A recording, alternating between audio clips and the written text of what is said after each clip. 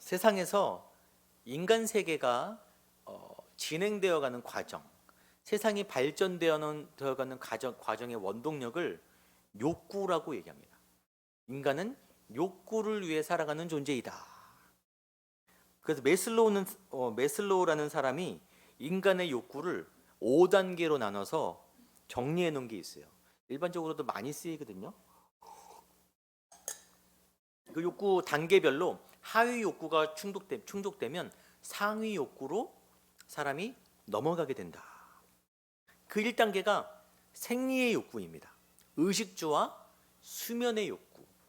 사람은 먹고 사는 것이 해결돼야 그 다음 것이 보여요. 먹고 사는 것이 해결 안 되면 그곳에 총력을 기울입니다. 그 다음 욕구가 뭐냐? 안전의 욕구예요. 이제 먹고 살만해지면 안전해지길 바라는 거예요. 작년 2022년에 전 세계에서 통틀어서 국방비로 군사력으로 사용된 돈이 얼마냐? 액수가 하나로 2,770 뒤에 뭐겠어요? 조. 어마어마한 돈이 국방비로. 저희 나라도 분단 국가라서 국방비로 굉장히 많은 돈이 사용됩니다. 왜 국방비에 그렇게 많이 돈을 쓸까요? 전쟁에 이기려고 그래요? 아니에요. 안 싸우고 안전하려고 국방비에 그렇게 돈을 씁니다. 그래서 여러분, 국방비에 들어가는 돈을 그렇게 아까워하는 국민들은 별로 없어요. 나라가 강해야 안전한 것을 알기 때문이죠. 이제 안전의 욕구가 해결되면 그 다음이 사회적 욕구입니다. 소속감의 욕구, 대인관계의 욕구. 그 다음이 4단계가 자존의 욕구, 명예와 권력을 추구하는 욕구가 있고, 이제 마지막에 가면은 5단계 자아 실현의 욕구, 삶의 보람과 자기 완성의 욕구들이 있어요. 여러분 어느 정도 단계에 지금 머물러 있는지 모르겠어요. 네. 먹고 사는 게 다 걱정이신가요? 그래서 점점 하위 단계에서 상위 단계 욕구로 진행되어 간다. 그러니까 요즘 젊은이들이 MZ세대가 가장 중요하게 여기는, 일할 때 중요하게 여기는 요소가 뭐죠? 워라밸이에요. 워라밸이 굉장히 높은 단계의 욕구거든요. 어른들은, 이전 세대 분들은 저게 무슨 소리가 공감이 안 갈 거예요. 열심히 일해야지, 열심히 일해서 돈 벌어야 되지, 노후도 준비하고 해야 되지. 근데 젊은이들은 일도 중요한데 삶도 중요한 거예요. 근무 시간도 중요해서 여가 시간도 너무 중요한 거예요. 여러분, 이거는 그 세대가 변한 게 아니라 환경이 변한 거예요. 욕구를 충족시키는 단계가 변한 것입니다. 훨씬 더 좋은 시대에 우리 젊은이들이 태어나니까 욕구 단계가 다른 거예요. 그래서 이해가 안 가는 게 당연합니다. 이상한 게 아니에요. 젊은이들도 만약에 70년도에 태어났으면 새마을운동에 동참했을 거예요. 근데 좋은 시대에 태어났으니까 그런 욕구를 가지고 사는 거예요. 뭐라 그럴 게 아닌 거라는 거죠. 근데 이런 이론들이 맞는 것처럼 보이고 타당성 있게 보이는데 사실 함정이 숨어 있습니다. 이거는 세상의 법칙이에요. 세상이 말하는 논리입니다.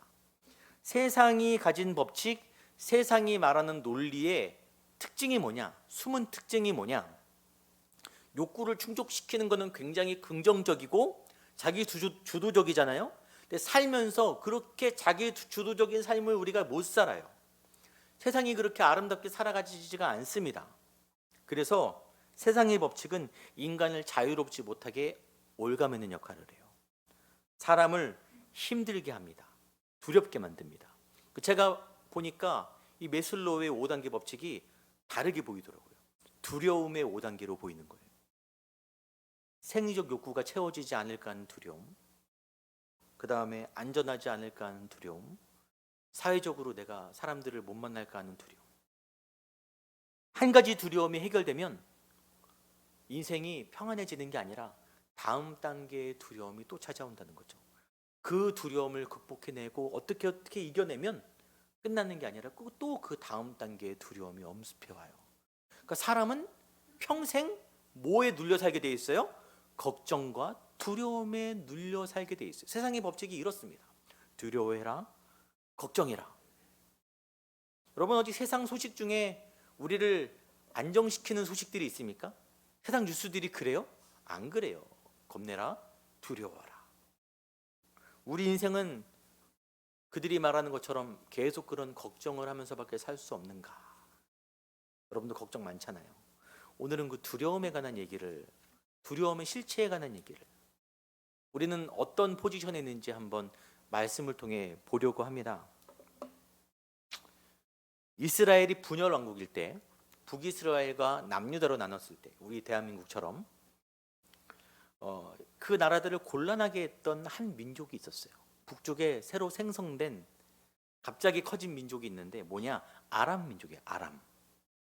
그래서 오늘 말씀 보니까 그때 아람 왕이 이스라엘과 더불어 싸움에 허구한 날 쳐들어오는 거예요. 근데 아람 군대가 생각보다 강했어요. 강군이었어요. 강군이었고 공격을 해오고 막 에워싸니까 이스라엘의 위기가 찾아온 거예요. 그런데 계속 희한한 일이 반복되는 거예요. 어떤 일이 반복되냐? 아람의 군사작전이 간파당하는 거예요. 우리가 보니까 아무데 진을 치리라, 매복이죠.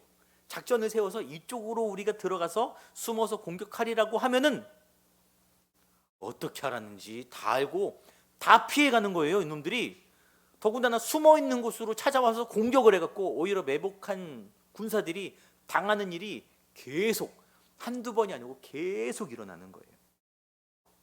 일이 이렇게 흘러가니까 아람 왕이 무슨 생각을 합니까? 우리 내부에 배신자가 있구나. 그렇게 생각할 수밖에 없잖아요. 그 누가 배신자냐고 막 부하들을 막 속된 말로 족치는 거예요. 막 너냐 막 신문하고. 근데 그 중에 한 신하가 말하되 우리 중에 내통하는 사람이 있는 게 아니라 이스라엘에 선지자라고 하는 사람이 있는데, 엘리사가 있는데 이 사람이 큰 문제입니다. 우리가 세운 모든 작전을 그가 간파한다는 거예요. 심지어는 왕이 침실에서 은밀하게 하는 이야기, 왕의 침실에서 하는 이야기들은 최고의 비밀 작전들이에요. 아무리 은밀하게 해도 그가 다 간파하고 이스라엘 왕에게 고해준다라고 하는 것입니다. 여러분, 전쟁의 승패는 정보에 달렸습니다. 정보에. 현대에도 지금도 각국에서 평화로워 보이지만 정보를 입수하기 위해서 굉장히 노력해요. 굉장히. 얼마 전에도 저희 막 도청 사건 막 있었지 않습니까? 용산에. 수단과 방법을 안 가려요. 체면 차리지 않고 어떻게든지 기밀을 빼가려고 노력합니다. 기술이 얼마나 대단하냐면은 사람이 이렇게 말을 하잖아요. 건물에서. 그러면 입에서 나오는 음파의 진동이 창문에 부딪히거나 심지어는 벽에 부딪히면은 밖에서 그 진동을 받아들여서 그거를 다시 말로 해석을 해낸다 그래요. 대단하죠? 대단한데 문제는 그게 1960년대 기술이래요. 60년대, 그거 얼마나 옛날입니까? 그때 벌써 그런 기술이 나오고 지금은 상상을 초월한다는 거예요. 상상할 수 없는 기술들. 사람 목청에서 나오는 어떤 음파를 감지해갖고 밖에서 먼 곳에서 파악을 해버린대요. 그래서 그런 군사비밀 건물을 지을 때는 유리도 벽도 특수하게 가공 처리를 한다고 합니다. 그런데 그런 최첨단 기술보다 엘리사가 더 뛰어난 거예요. 하나님이 알려주는데 어떻게 막아요? 말로 안 하고 적어서 줘도 소용없어요. 하나님의 사람이 알려주니까. 9절에 보니까 하나님의 사람이 이스라엘 왕에게 사람을 보내 이르되 왕은 삼가 아무 곳으로 지나가지 마소서. 아람 군대가 아무데 진을 쳤으니까 그 아무데로는 지나가지 마라. 그곳으로 아람 사람이 나오고 있다. 훤히 들여다보고 있어요. 못 이겨요. 어떻게 이깁니까? 그럼 아람이 어떻게 해야 됩니까? 누구를 제거해야 돼요? 이기려면 엘리사만 죽이면 돼요. 엘리사만. 왕이 너무 기가 차고 너무 황당하고 너무 화가 나서 엘리사를 죽이려고 군대를, 어마어마한 대군을 파병합니다. 도단이라는 지역에 선지자 엘리사가 거하고 있었는데 그 소식을 듣고 밤에 몰래 가갖고 도단 성읍을 군사와 말과 마병과 그 마차로, 전차로 에워싸버려요. 완전 에워싸버립니다. 아침에 엘리사의 사환은 남자 종을 얘기해요. 좀 젊은 종을 얘기하는데, 사환이 일어나서 성박을 보는데 깜짝 놀란 거예요. 아람 군대가 완전 진을 치고 있는 거예요. 척이면 척이라고 왜 왔는지 뻔히 아는 거예요. 엘리사를 잡으러 왔구나. 큰일 났다. 우리 다 죽었다. 그의 고백이, 내 주여, 우리가 어찌하오리까. 공황에 빠져든 거예요. 패닉 상태에 빠져든 거예요. 큰 두려움이 그를 완전히 사로잡아 버렸어요. 정신이 혼미할 만큼. 여러분도 이렇게 살면서 두려움을 느낄 때가 있어요. 저도 두려움을 느낄 때가 있어요. 아람 군세와 같이 내가 어떻게 할 수 없는 일들이 나에게 다가와서 나에게 겁을 주고 나의 마음을 막 쥐고서 꼼짝 못하게, 심장이 두근거리고 어떻게 해야 할지 모르겠고 패배감에 적게 하고, 그럴 때가 너무너무 많아요. 그렇게 되면 어떤 일이 생기냐?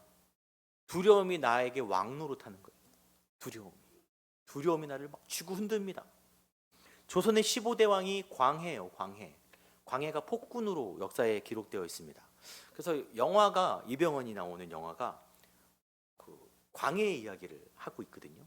근데 광해가 왜 그렇게 폭군이 되었는지 설명을 하는 거예요.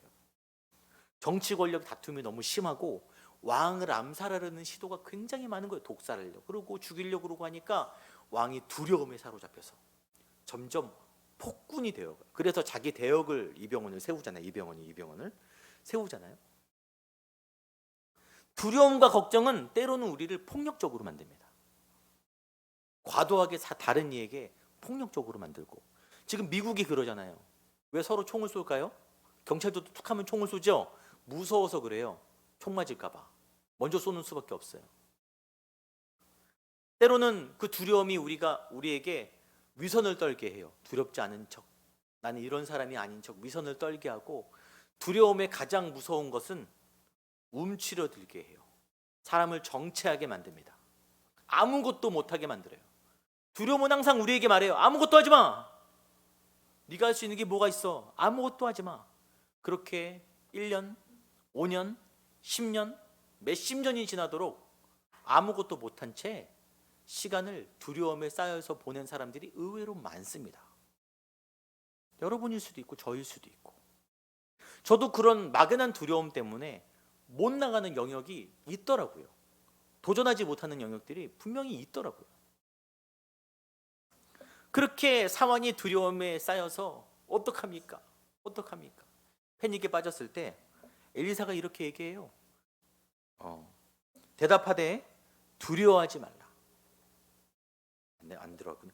두려워하지 말라. 우리와 함께한 자가 그들과 함께한 자보다 많다. 두려워하지 마라. 우리와 함께한 자들이 그들과 함께한 자들보다, 저 수많은 군대보다 더 많다. 여러분이 만약에 이런 얘기를 들으면 어떻게 생각하시겠어요? 아니, 뭐가 있다 그래? 내 옆에 누가 있다 그래?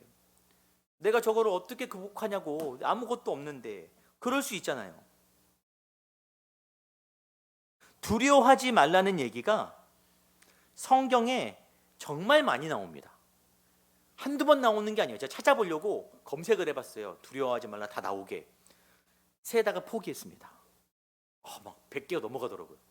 얼마나 인간들이 두려움에 싸워 살면 성경에 그렇게 많이 두려워하지 마라, 염려하지 마라, 걱정하지 마라 수도 없이 얘기하는 거예요. 근데 열왕기서의 저자가 이 문학적인 기법으로 이 현상에 대한 본질을 우리에게 알려주는데 단어의 배열이 참 오묘합니다. 열왕기하 6장에서 가장 큰 두려움을 느끼고 있는 사람이 누구인지 알려주는데 같이 읽겠습니다. 이러므로 아람 왕의 마음이 불안하여 그 신복들을 불러 이르되. 지금 보니까 누구의 마음이 불안해요? 아람 왕이 불안해요. 사환이 느낀 두려움보다 더 큰 두려움과 걱정이 누구에게 있어요? 아람 왕에게 있어요. 그 증거가 뭐냐? 그 많은 군대를 누구 한 명 잡으려고 보내요? 엘리사 보내려고 잡으려고. 그가 누구를 두려워하냐? 선지자 엘리사. 정확히 말하면 엘리사가 믿는 하나님을 두려워해요. 그래서 본문이 계속해서 하나님의 사람이라고 얘기합니다. 하나님의 사람이 하나님의 사람 뒤에 있는 하나님을 두려워하고 있어요. 여러분, 성경의 이야기를 쭉 보면 이스라엘 주변의 모든 나라들이 하나님의 이름을 두려워했습니다. 블레셋이 이스라엘과 전쟁을 하는 장면이 사무엘상 초반에 있어요. 그때 전쟁터로 이스라엘이 밀리자 여호와의 언약궤를 성물을 가지고 옵니다.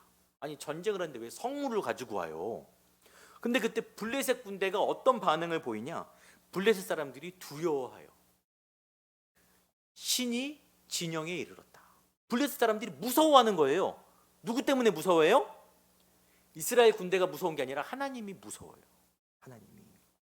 하나님을 두려워합니다. 애굽도 하나님을 두려워했어요. 로마가 왜 기독교인들을 박해했냐? 두려워했어요.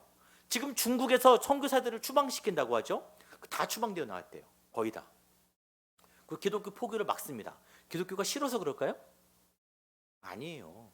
자기 체제가 무너질까 봐, 복음이 체제를 무너뜨릴까 봐 두려워하니까 추방하는 거예요. 세상은 하나님을 두려워합니다. 하나님의 사람들을 두려워해요. 그럴 때 세상에 쓰는 전략이 뭐냐? 오히려 하나님의 사람들을 두렵게 만드는 거예요. 자기 두려움을 감추려면 상대방을 두렵게 하는 게 최고입니다. 그래서 블레셋과 이스라엘이 그 다음 전쟁을 하는데 블레셋 사람들이 자기네 진영에서 가장 등치 크고 가장 험상궂게 생기고 가장 용맹한 거인 골리앗을 앞에 내세우는 거예요. 왜 그를 내세웠겠어요? 이스라엘 사람들에게 무섭지 그 얘기하는 거예요. 골리앗이 그래서 나와서 누구를 모욕하냐? 여호와 하나님을 모욕해요. 그냥 모욕하는 게 이유가 있는 거예요. 하나님이 두려우니까 하나님의 이름을 모욕하면서 너희가 믿는 하나님 별거 아니야, 별거 아니라고 말하는 그 뒷면에 별거지 라는 두려움이 숨겨져 있는 거예요. 지금 그들은 여호와라는 트라우마를 극복하기 위해서 정말 애쓰고 있습니다. 블레셋 사람들은 과거의 전쟁 때, 그 언약궤가 들어온 전쟁 때 자기들이 이겼어요. 이겼으니까 얼마나 당당해요. 전리품으로 여호와의 언약궤를 자기네 나라로 가져가서 자기네 다곤 신전에다가 둔단 말이에요. 어떤 일이 벌어지냐? 그 언약궤를 둔 도시마다 망하는 거예요. 엄청난 재앙이 애굽의 재앙처럼 임하니까 이 도시, 5도시가 있는데 이 도시도 망하고 저 도시도 망하고 나중에는 우리 도시는 안 돼. 우리 도시는 그 언약궤를 감당할 수 없어. 여호와 안 돼. 그래서 다시 이스라엘로 돌려보냅니다. 자기들이 직접도 못하고 소에 수레해갖고 수레가 알아서 가라고 보내버려요. 그 엄청난 트라우마를 극복하기 위해서 지금 골리앗을 내세워서 이스라엘 사람들을 오히려 겁주는 거예요. 여러분, 개가 짖잖아요? 왜 짖어요? 나 무서워, 가까이 오지 마. 나 무서워, 가까이 오지 마. 오면 물어버릴 거야, 가까이 오지 마. 개는 그래서 짖는 거예요. 블레셋이 골리앗을 앞세워서 그 트라우마를 극복하기 위해서 무섭지? 이스라엘 사람들아, 무섭지? 너희 여호와 하나님 별거 아니다. 별거 아니긴 뭐가 별거 아니에요. 자기들 망해서 돌려보냈으면서 언약궤도. 세상을 주관하는 사단은 하나님이 두려워요. 하나님의 사람들이 두렵습니다. 그래서 겁먹게 하는 거예요. 여러분, 코로나 때 교회에서 정말 떠들썩했어요. 큰일 났다, 이제 큰일 났다. 교회들 큰일 났다. 맨날 뉴스에 이 교회에서 확진자가 몇 명 나왔는데 뭐 예배를 드렸네. 맨날 기사 나오고 이제 모이는 시대는 끝났다. 온라인 시대가 왔지. 이제 로컬 지역교회 시대는 끝났다. 큰일 났어. 굉장히 많은 목회자들이 그 두려움 때문에, 젊은 목회자들이 사역을 포기하고 일반 삶으로 돌아간 사람들이 많습니다. 현실 때문에. 저도 너무 걱정이 됐어요. 이제 교회 시대 끝나나? 지나고 나니까 별거 없더라고요. 별거 없더라고요. 저 지난달인가 열이 막 나는데 코로나인가 독감인가 해서 그냥 병원 약국에서 약 사 먹었어요. 해열제. 별거 아니에요. 교회 시대 안 끝나더라고요. 안 무너지더라고요. 근데 우리 얼마나 겁줬습니까? 지나고 나니까 별거 아닌데 실체가 없는 두려움을 계속 우리에게 뒤집어 씌우는 거예요. 무섭지? 두렵지? 아무것도 하지 마. 무서워해. 움츠려들어. 계속 겁주는 거예요. 엘리사가 사원에게 우리와 함께한 자가 훨씬 많다. 훨씬 많다. 안 보이지만 그때 엘리사가 기도하여 이르되 영적인 눈을 열어 주시옵소서. 눈이 열리니까 뭐가 보이냐? 우리 눈으로는 안 보이고 우리 생각으로는 판단 안 되는 아람의 군대보다 더 많은 병거와 말보다 더 무서운 불병거와 불말이 산에 가득하더라는 거예요. 산에 가득하다. 이게 아람 왕이 두려워했던 두려움의 실체인 거죠. 진짜 두려워해야 될 것의 실체인 거예요. 그게 영적인 눈이 띄어지니까 보여요. 영적인 눈이 감겨져 있으면 안 보여요. 무서운데 눈이 떠지니까 보여요. 함께 하는구나. 사단은요, 세상은요, 그래서 하나님의 백성들이 이런 것들을 안 보길 바래요. 못 보길 바래요. 하나님의 손이 우리들을 돕는 것을, 하나님 그의 백성들을 돕는 것을 경험하지 않기를 너무너무 바랍니다. 두려움이 우리를 왕노릇해야 자기 입맛에 맞게 막 휘두를 수 있거든요. 그래서 세상이 저게 맞다 그러면 저리로 막 몰려가다가, 교인들도 막 저게 맞다 그러면 저게 막 몰려가다가, 요게 맞다 그러면 여기로 막 몰려가다가, 그게 다인 양 자기가 정해놓은 법칙대로 묶어놔야 자기가 왕노릇할 수 있거든요. 여러분, 블레셋이 골리앗을 앞세워서 이스라엘을 겁줄 때 골리앗이 이렇게 얘기했어요. 니네 중에 정말 용사가 있으면 나와봐라. 그런데 그들의 속마음 가운데 진짜 골리앗의 대적자가 나오기를 바랬을까요? 바랬을까요? 안 바란 거예요. 대적하는 용맹한 자가 나오기를 애초에 바라지 않는 거예요. 그냥 무서우니까 가만히 좀 있어라. 다윗 같은 사람이 안 나오기를 정말 바랬을 거예요. 근데 이스라엘 진영에서 한 어린아이가 툭 튀어나오는 거예요. 저게 뭐지? 하는데 그 어린아이의 입에서 어떤 고백이 나와요? 만군의 주 여호와의 이름이 나와버리는 거예요. 그때 블레셋 사람들이 속으로 망했다 싶었을 거예요. 저 이름이 여기서 또 나오나? 망했다, 못했다 싶었을 거예요. 하나님의 사람 한 사람이 일어날 때 사단의 계획이 엉망이 됩니다. 개박살이 나요. 하나님의 사람이 한 명만 일어나서 여호와의 이름을, 만군의 주 여호와의 이름을 자기 삶 가운데 선포할 때 사단의 모든 계획이 다 어그러집니다. 그 사단은 그걸 막으려고 진짜 지금도 제2의 제3의 다윗이 안 나오게 하려고 교회를 폄훼하는 거예요. 그 골리앗을 통해서 하나님의 이름을 모욕 주듯이 교회를 폄하하고 하나님의 이름을 막 땅에 떨어뜨리고 예수 믿는 것을 부끄럽게 만들고 성도들을 무기력하게 만드는 거예요. 믿음으로 사는 것보다 세상의 방법대로 사는 것이 어쩔 수 없는 선택인 것처럼, 목사님 다 아는데 그래도 어쩔 수 없잖아요. 세상 살아가는데. 이런 말을 할 수밖에 없게 분위기를 조장해내면서 큰 소리로 막 지저대는 거예요. 왕왕왕 하지마, 하지마, 어쩔 수 없어. 제가 금요일날 기도 제목을 내고 나서 이 설교 본문을 준비하면서 후회했어요. 회개했어요. 제가 기도 제목 낼 때 지금 청년들이 꿈을 꿀 수 없는 시대가 왔다. 현실이 그렇다. 말씀을 준비하니까 아니더라고요. 현실이 그런 게 아니라 그냥 내 생각이 그런 거예요. 현실이 뭐가 중요합니까? 마지막으로 요한복음 말씀 함께 볼 텐데, 평안을 너에게 끼치노니 곧 나의 평안을 너에게 주노라. 그 다음 말이, 내가 너에게 주는 것은 세상이 주는 것과 같지 않다. 세상은 우리에게 뭘 줘요? 두려움을 줘요. 걱정을 줘요. 근데 하나님은 뭘 주세요? 예수님은 평안을 주세요. 평안을 주시는 예수님. 그래서 예수님께 나아가고 예수님 품에 안기면 평안함을 느낍니다. 근데 문제는 이 평안함을 한 번 받는다고 해결이 되는 게 아니에요. 여러분, 우리가 세상을 딛고 사는 동안 두려움이 끊임없이 바닷가 가면 파도가 끝도 없이 밀려오잖아요. 끊임없이 밀려옵니다. 끊임없이. 여러분 이번 주 굉장히 힘들었죠? 힘들었잖아요. 고되고. 그런데 다음 주도 힘들 거예요. 그 다음 주도 힘들 거예요. 계속 힘들어요. 그럼 우리가 어떻게 해야 됩니까? 우리도 평안을 계속 구해야 돼요. 예수님 나에게 평안을 주시옵소서. 계속 기도해야 돼요. 계속 기도해요. 계속. 예수님이 정말 누누이 말씀하십니다. 얘들아, 제발 쉬지 말고 좀 기도해라. 기도 좀 쉬지 말아라. 쉬면 안 돼. 큰일 나. 약발 얼마 안 간다. 기도는 너희 호흡이야. 숨만 쉬면 죽잖아. 그래야 너희가 살면서 근심과 두려움에서, 실체가 없는 두려움에서 벗어날 수 있어. 진짜 아무것도 아닌 그 두려움의 실체를 떨쳐낼 수 있어. 불안하지? 기도해야 돼. 여러분이 지금 마음이 두려운 것은 문제 때문이 아니라니까요. 어차피 그거 해결되면 또 다른 문제 찾아오고 문제는 항상 있는데, 우리가 두려운 이유는 기도를 안 해서 그래요. 기도를. 주님 주시는 평안이 내 안에 없으니까 계속 두렵고 세상이 그건가 보다.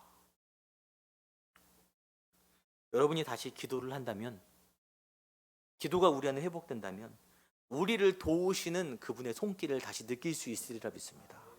저도 그렇더라고요. 저도 무기력해지는 거예요. 현실 가운데. 근데 이러면 안 되겠다 생각했어요. 다시 기도할 때 열심을 내서 우리 입술 가운데 만군의 주 여호와의 이름이 선포될 때 세상이 무너지고 세상의 법칙이 무너지고 젊은이들이 꿈을 못 꿀 이유가 뭐가 있습니까? 하나님이 함께 하시는데. 여러분이 희망을 못 가질 이유가 뭐가 있습니까? 평안을 못 누릴 이유가 뭐가 있어요? 하나님이 함께 하시는데. 그 능력을 기도를 통해 다시 한번 회복하시리라 믿습니다. 우리 함께